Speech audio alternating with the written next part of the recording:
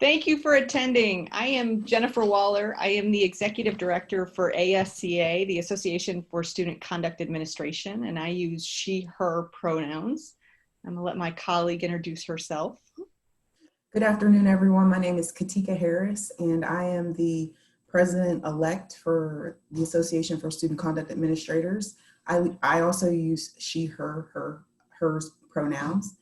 And I also work at Tarrant County College District in Fort Worth, Texas, which is a community college.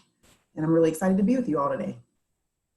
So just a quick, we are working on having this session closed captioned. We hope it shows up on the Facebook Live. This is our first time using Facebook Live for any type of a presentation. So we ask if you bear with us for a little bit. We hope the closed captioning shows up. If it does not, the recording of this session will be closed captioned and it will be turned on. I just wanted to address that at the very beginning. So the captioning is on. I can see it. I hope all of you can see it as well. So jumping into our topic today, we're talking about racial justice and student conduct. And I think for me, history always plays an important part in the work that we do, and it frames what we do and how we got to where we are today. And I think one of the biggest pieces that I always want to take a moment to talk about is the Dixon v. Alabama case. And it's St. John Dixon et al.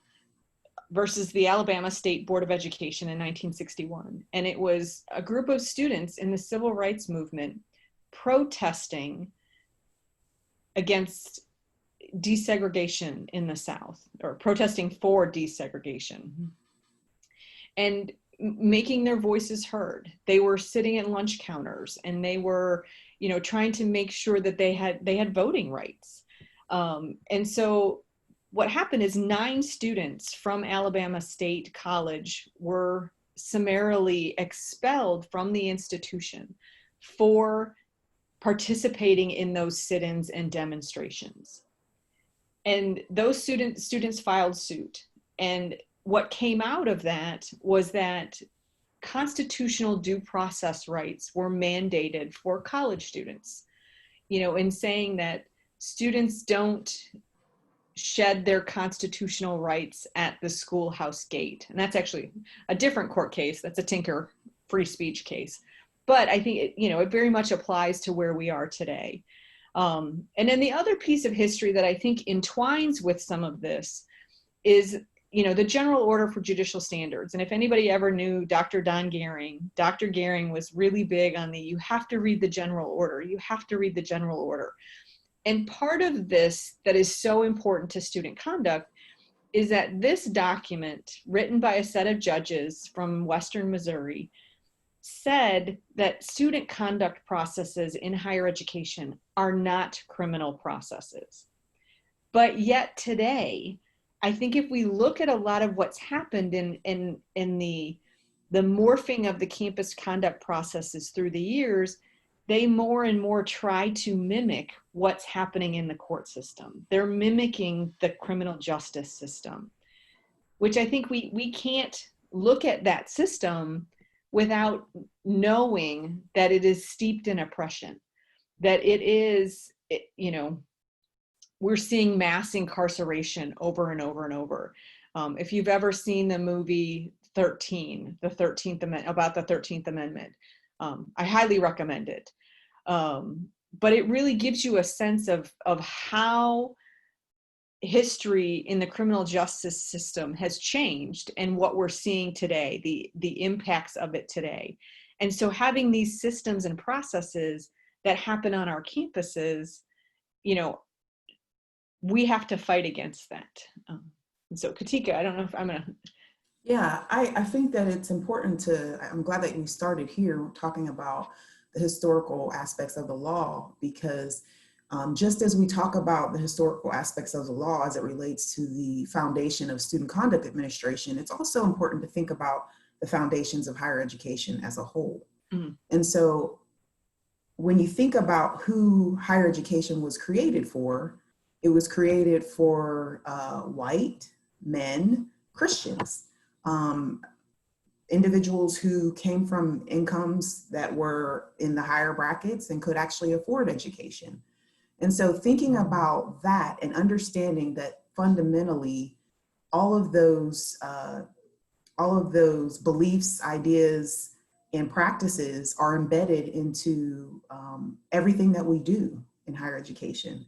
So for us not to have this conversation, to me, it would be unethical, because the reality is we have a responsibility to address racial injustice as it relates to our processes, our policies, and our practices.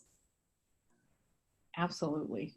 And you're absolutely, I think, hitting it on the head when we think about the history of higher ed and then the intersection of conduct in that. So I think for me, when we think about addressing racial justice in student conduct, I think about it in terms of 3 different ways. And that's not all inclusive. There are more ways than one to do this. I think I just go back to this is a little bit how I frame things. Thinking about things from that individual level, that institutional level, and then that systemic level. And Katika and I talked a little bit last week as we were preparing for this of like, how do you start at that individual level? I think for me, sometimes it's about understanding what our personal biases are. And I'm also very pragmatic, and I want to walk away with well, what can I do? What individually can I do? And I had a couple thoughts, and I will absolutely turn it over to you as well, Katika, because I love to hear your thoughts as well. One place that we started, and ASCA started actually as a board, is during one of our board meetings several years ago, we did the implicit bias tests from Harvard University. And actually, Katika led that session for us, where you go in and you have an opportunity to really think about how does your own experiences color the way that you see and act with different people. And I think it was an eye-opening experience. And the idea is that you're supposed to respond to these things very quickly, because in real life you respond quickly and you have those initial responses to different scenarios and experiences that you have. Yeah, I think that definitely self-awareness is the first place to start. And with that, just being aware of your own identities and what your identities are, and how you show up in a space is probably most important to me. I think that it's important because I know in my own experiences as a student, and then also working with students, that's the first thing that they're thinking about, that when they come into this space, especially since in student conduct, we have a captive audience. And we have students in front of us who don't necessarily want to be in front of us. So to me, I think it's an opportune time to have some meaningful dialogue about not just their choices, but also about maybe how they're experiencing the institution. And I think that's something that we could be asking all students. How are you experiencing the institution? And then just giving them a space to listen and to hear what their experiences are. And when you have a student come in and say, I feel like the police stopped me because I'm Black, or I feel like the police, stopped me because I'm Hispanic, then those are things that we're asking that you don't necessarily just, disregard or dismiss, but really sit and listen to that experience, because just because it's not your experience doesn't mean it's not a valid experience. So self-awareness is key. And that really just means educating yourself as much as you can, but also being open to learn from others and being okay with not knowing what you don't know. Mm-hmm. The worst thing that you could do is fake it, because authenticity is very detectable by students. They pick up on that. I think humans in general, we pick up on when someone is being genuine and when they're not. And I think that that's really the first place to start, is really with self-awareness. And I think adding a piece to that of that when someone brings something to our attention, especially as my identity as a white woman, and being somebody who I know at times demonstrate microaggressions. And so when someone brings that to my attention, I try to have the thought in my head of, I think it's a Brene Brown quote of, I'm not here to be right, I'm here to learn. And so being open to those pieces to be able to learn and do better every time. And to try to take off the defensive side and to take away well, that wasn't my intent, but really listening to what the impact was on someone, so that I can do better. I also think from an individual level, and again, speaking, I think from my white woman's perspective, is understanding what white privilege is and how that shows up in my experiences, in how I've been conditioned in the world, how I see the world. And that, I think, reinforcing what Katika said of that, just because I haven't had the experience doesn't mean that experience doesn't exist for others, but really truly listening to what those experiences are and having that shape my worldview, to be better and to think about things differently, so that when I go into that next space, and I think even going into that next level of understanding from the institutional point of view of like, how are we challenging our institutional processes? How are we looking at the way our processes impact our students?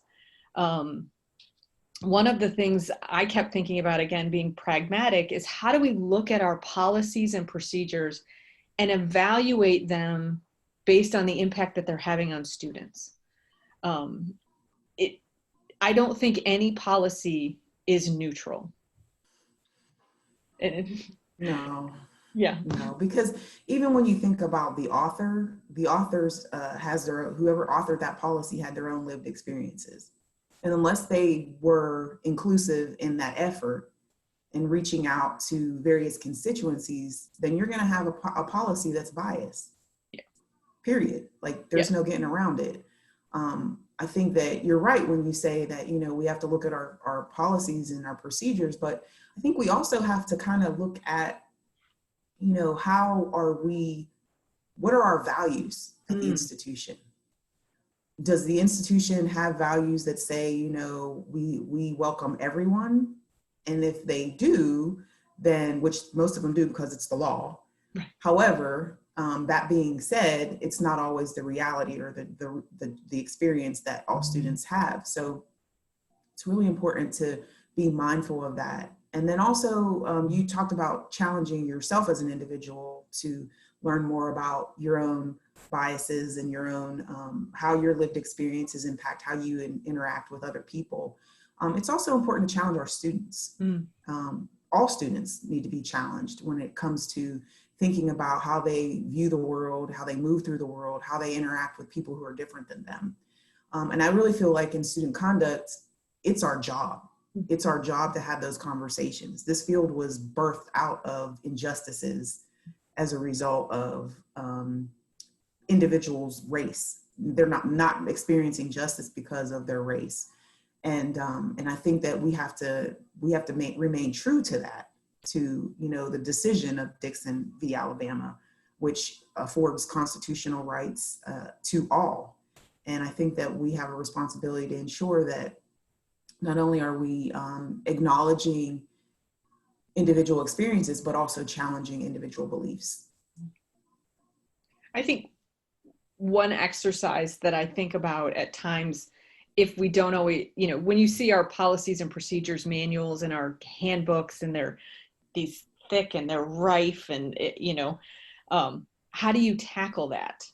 And so I go back to the pragmatic experiences. Dr. Kathy O'Bear has a set of group identity cards and some exercises that you can take and be able to look at, taking those group identities and applying a group identity to your to one policy. So if you take a policy that says, okay, we have a smoking policy, you can take all of the group identities and be able to say, let's look at how this policy impacts these different groups. And so then, so being able to really vision and with empathy, look at how those policies impact different groups. I think just as an example, if you have a policy on a campus or even as an employer that says that we start work at 7:30 every day. And so what does that mean for working parents? What does it mean for someone who may be single? What does that mean for somebody who's taking care of parents? And so it's taking that step back and identifying that everything that happens, everything that we do, all of these policies impact folks in different ways. And there isn't a policy that's going to cover everybody and everything, but how can we create something that is as inclusive as we can possibly be? Absolutely. I think that with that being said, that, culture plays a huge part in how we are creating access and inclusion for individuals at our institutional level. Thinking about culture and how that intersects, thinking about intersecting identities of individuals and how that plays a role in how our policies and procedures fall on folks, and how there's a disproportionate impact for some individuals based on maybe their identities or their socioeconomic status. When you think about fines, that's another example, especially in the realm of student conduct. When we think about students and them violating institutional policies, and a potential sanction or resolution to the referral might be a fine that's automatically assessed to all individuals who violate said policy.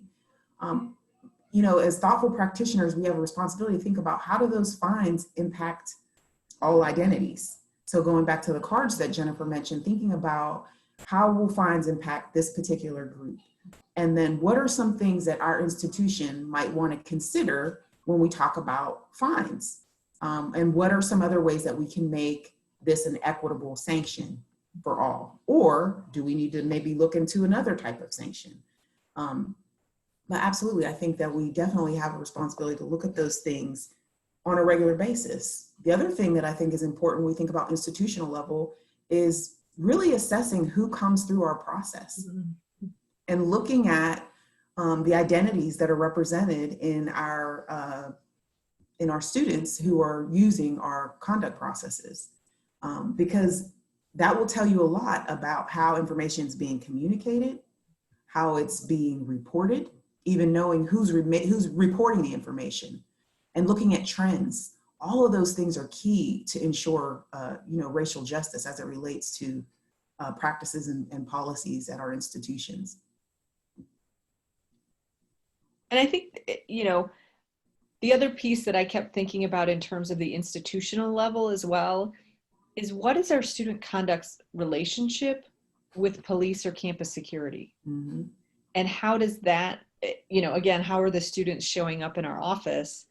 And, you hit it, I think, with the trends piece, is that if 90% of the reports that are coming from the police department are students of color, we probably need to be having a conversation with the chief of police. And we need to be talking about this issue with them. Yeah, and I think even to take it a step further, I think before we even recognize that trend, we should be having that conversation with our police department.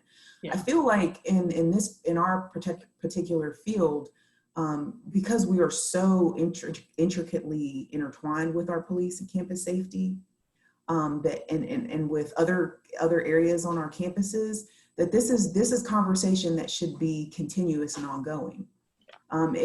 Opportunities for awareness are never a bad thing. And I think I personally, whenever I do training, I always embed opportunities for awareness into training. I don't care if I'm talking about curfews. I'm going to embed something in there that talks about an opportunity for awareness, to just think about how we're engaging one another, to think about not just biases, but also maybe things that folks maybe want to learn more about. Mm-hmm. And I think that, you know, truly we have a responsibility to, especially in this time of COVID, where we're all, well, some of it, I won't say all, but a good number of us are working remotely, mm-hmm. right? And so we may or may not see the same level of conduct cases that we've seen in the past. You know, I'm thinking, at least in my experience at a community college, all of our classes will be remote in the fall, with the exception of our programs that are that require hours, like our allied health programs. And so with that said, I don't anticipate that we'll have as many conduct referrals as we would have if folks were seeing each other every day. We'll still have some, but I think it's an opportunity. It provides an opportunity-rich environment for us to really think about our relationship with partners and think about how do we share the values that our office has around students and intersectionality and access. How do we share those values? If our office shares those values, how do we create opportunities for other areas in the college to learn? How do we begin to engage our constituents in that conversation to ensure that we are providing equitable services across the campus? But yeah, I think you're right there, Jennifer. So I think digging into the systemic level, which I think when I was writing this and putting this all together, you know, you sometimes get to a point where you hit the wall, and I hit the wall when it came to the systemic level pieces. And one of the pieces, as I was reflective on it later, was the idea of what's the town-gown relationship, mm-hmm. and how does that impact what happens within the campus? Where the environment where the campus is located, and what's that relationship for our students when they're interacting with the local community. You know, I live in Tallahassee, Florida now, and there are 3 institutions, there may be more, I know of 3, you know, Florida State, Florida A&M, and then Tallahassee Community College. And so what's the relationship between each one of those institutions and the local community? You know, I used to live in College Station, Texas A&M, and the relationship with the local community. Whereas I think, you know, Katika, with you and Tarrant County, those individual colleges each have individual relationships with each of their local communities, as well as the system office. Mm-hmm. Yeah. And and I think that the other thing that's key here is that, you know, when we talk about the institutional level, I think not only is it important, and this is just my own experience, I worked at a predominantly white institution when I first entered into higher education. I transitioned from another career.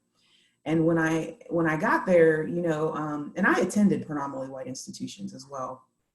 But one of the things that I noticed is that, you know, we did a lot of recruitment for minority students, but the campus wasn't prepared for the students when they got there. Right. So what I would end up seeing is students would come, they would spend money for that first semester, pay tuition, they'd be there, maybe make it through the year, but there was nowhere for them to get their hair done. There was nowhere for them to get their hair cut. There was nowhere, I mean, there were just, culturally, it was a desert. Mm-hmm. for individuals. And that's one thing I think that institutions don't think about when they are looking to recruit minority students. I get that they want to be open and inclusive, but the reality is, are you prepared for what that inclusion means? Because inclusion means you're making room for folks to feel like they belong. And that's very different than just saying we value diversity. Diversity just means we like difference. Who doesn't? You know, and I especially have experienced that at the community college, because diversity is not an issue for us. We have lots of diversity. Diversity is not an issue. Inclusion is an issue. How are we creating space that allows folks to feel like they belong? And one of the things that I think that we can be doing at the institutional level, or even systemically, is just how are we preparing those students who are coming into our environment? How are we preparing them? And then how are we being prepared to receive them and to create opportunities for them to feel like they belong? That's one question.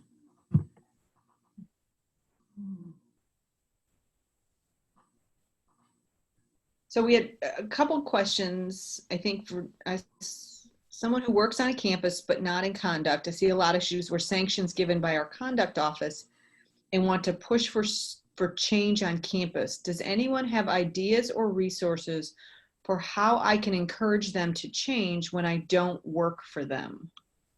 That's a great question. Is it okay if I jump in, Jennifer? Absolutely. Okay, so thank you for asking that question. I appreciate the fact that you want to engage the conduct office, even though you're not working in that office. One of the things I would recommend at this point is I would, first of all, if you don't have a good relationship with those folks, get to know them. There are opportunities. Our offices are always understaffed. Our offices are always overburdened with various things that the institutional needs. So if there's an opportunity for you maybe to get involved with a hearing board panel, if maybe they're looking for folks to volunteer to serve as process advisors for students, if there are volunteer opportunities, maybe seek those things out. If you don't have a relationship, then I would definitely encourage you to start one. Invite someone to lunch from that office. Talk about your concerns, maybe invite them to talk about what you've experienced with students who maybe have interfaced the office and then you've had some interface with, and just talk about what those experiences look like. Mm-hmm. So you say it's hard when you live in a cultural desert. Yes, it is. It very much is. And one of the things that I will say, especially for any professionals of color, it's very important that you have a support system if you're working and living in a cultural desert.